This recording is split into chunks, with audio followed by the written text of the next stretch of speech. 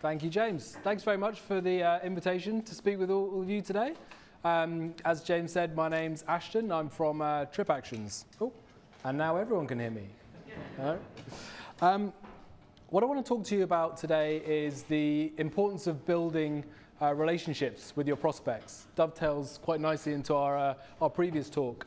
I'm actually going to talk about a story from my sales career about a failure that I had, a deal that didn't come in for me, which I appreciate is something that as salespeople we typically don't like to talk about.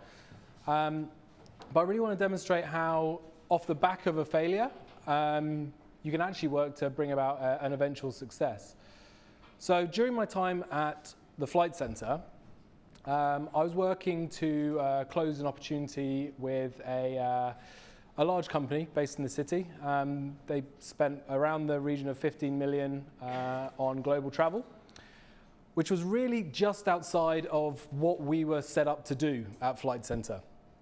But being the confident salesperson that I was, I started calculating a potential commission in my head, and I thought, yeah, we'll go for it. So I got the sign off to actually take part in the tender.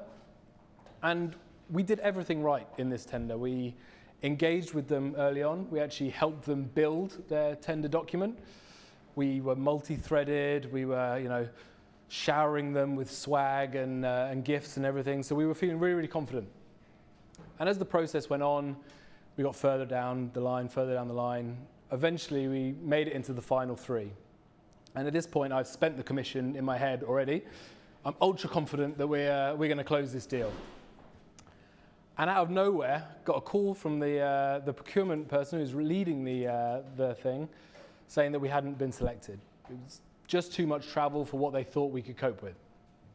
They were probably right, but still, I was really, really frustrated because in my mind, it was a done deal.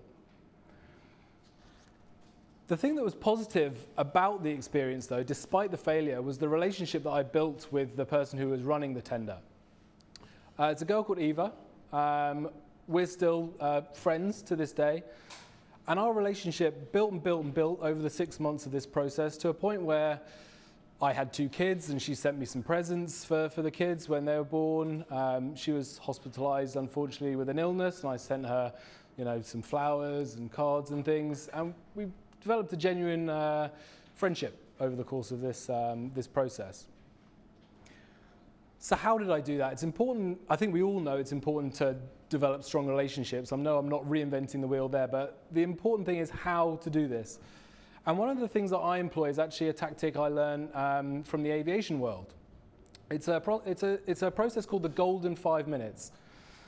So pilots do this when they fly with each other.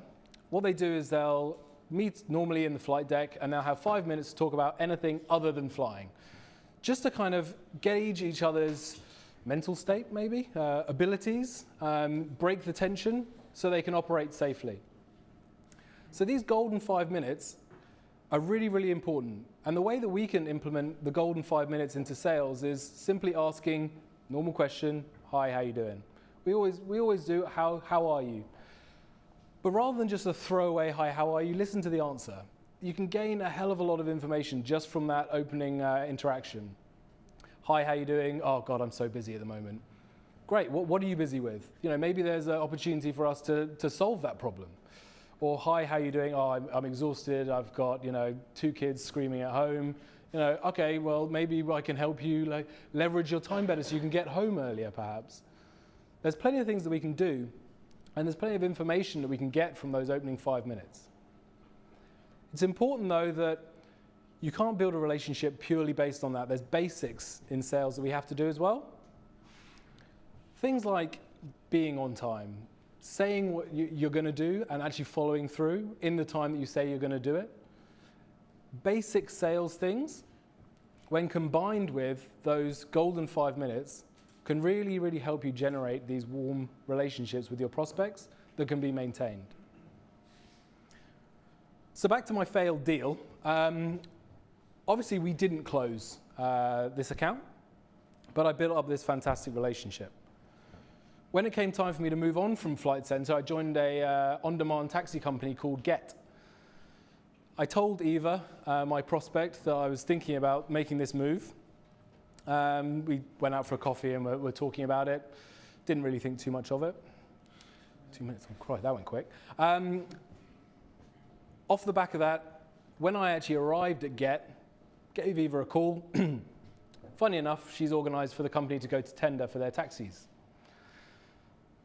And I was able to re-engage with her because of this relationship. And long story short, we were successful in winning their business. It's a £1 million account, which for taxis is a hell of a lot of cabs. It's still a top 10 Get account now. And I was able to secure that deal despite failing on my first attempt because of this relationship that I built.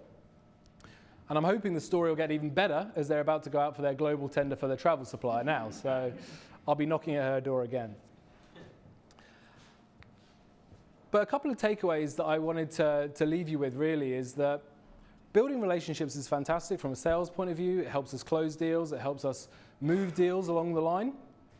But also, in the perspective of what we do as a profession, it makes your life so much easier and more enjoyable to work with people you genuinely get on with. So if you seek that as salespeople, not only will you enjoy your profession more, but I think you'll also find you'll have more success in the process as well. Thanks very much for your time and letting me talk to you today. Thank you very much.